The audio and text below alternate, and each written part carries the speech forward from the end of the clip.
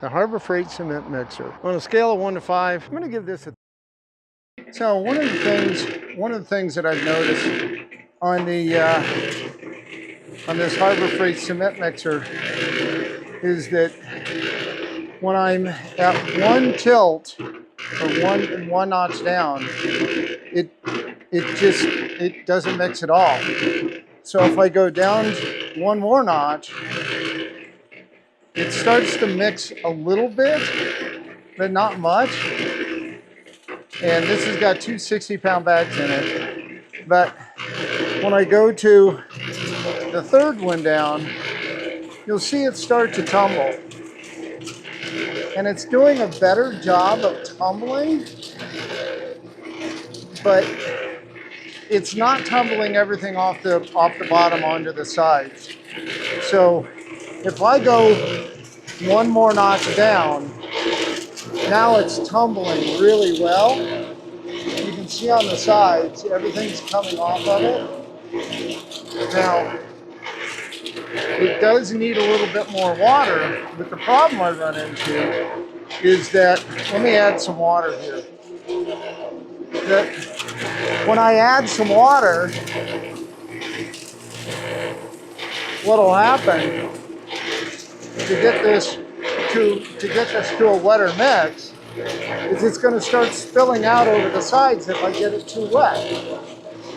And I still have a lot of concrete in here that this is just still too dry.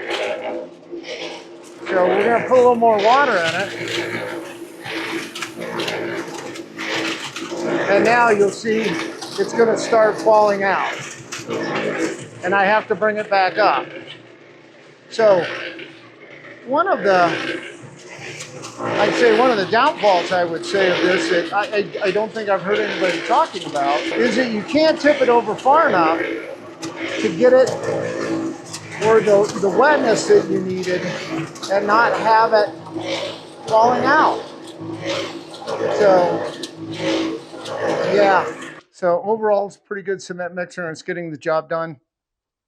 But really it needs to be able to come down one more notch flatter so that it gets everything. I don't know if you can see it, but it's just not getting everything off on a fairly dry pour. So that's just a little side note on this, that if I keep using this, I'll probably modify it so that I can actually turn it a little bit more on its side and actually get it to tumble. So, and then let's talk for a couple of minutes about the Harbor Freight cement mixer. Out of a score 1 to 5, 5 being the best, I'm going to give this a 3.5 for two reasons. One, that wheelbarrow, as I said earlier, doesn't fit under there, so I had to put 4x6 blocks under it. So it would have been nicer if this was a little higher or had the ability to, raise up a little bit. That would be nice. And the other thing is, this will flip the concrete over, but this doesn't down here. This really should come down farther.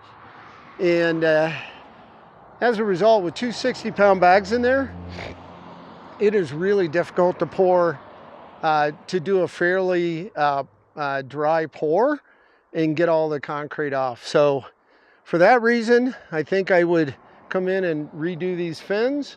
But for that reason, I'm going to give it a 3.5 out of 5. I mean, it got the job done.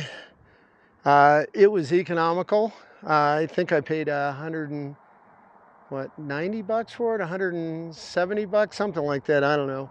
So it wasn't super expensive, but with just a little bit of design effort, they really could have made this an outstanding machine. So I think they just missed the mark a little bit.